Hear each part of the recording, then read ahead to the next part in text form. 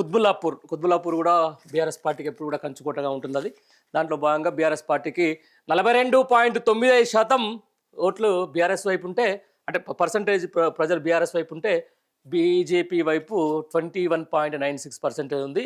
30.46% కాంగ్రెస్కు ఉంది. అంటే దాదాపుగా 12% అధికంగా కుత్బుల్లాపూర్కు సంబంధించినటువంటి ప్రస్తుత ఎమ్మెల్యే వివేకానంద వైపే, బీఆర్ఎస్ పార్టీ వైపే ప్రజలు మొగ్గు చూపుతున్నట్టుగా తెలుస్తూ ఉంది. ఒకసారి గత ఎలక్షన్లు కూడా మనం పరిశీలన చేస్తే ఒకసారి చూడండి మీరు.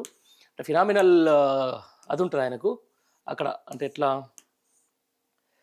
2023 అంటే 14 తర్వాత 18 2023లో 3 సార్లు కూడా కేపీ వివేకానంద గౌడ గెలిచింది. అక్కడ బీఆర్ఎస్ పార్టీ నుంచి ఆయన పోటీ చేస్తే ఎవరు బీజేపీ నుంచి పోటీ చేసిన కూన శ్రీశైలం గౌడ్ తోటి ఎంత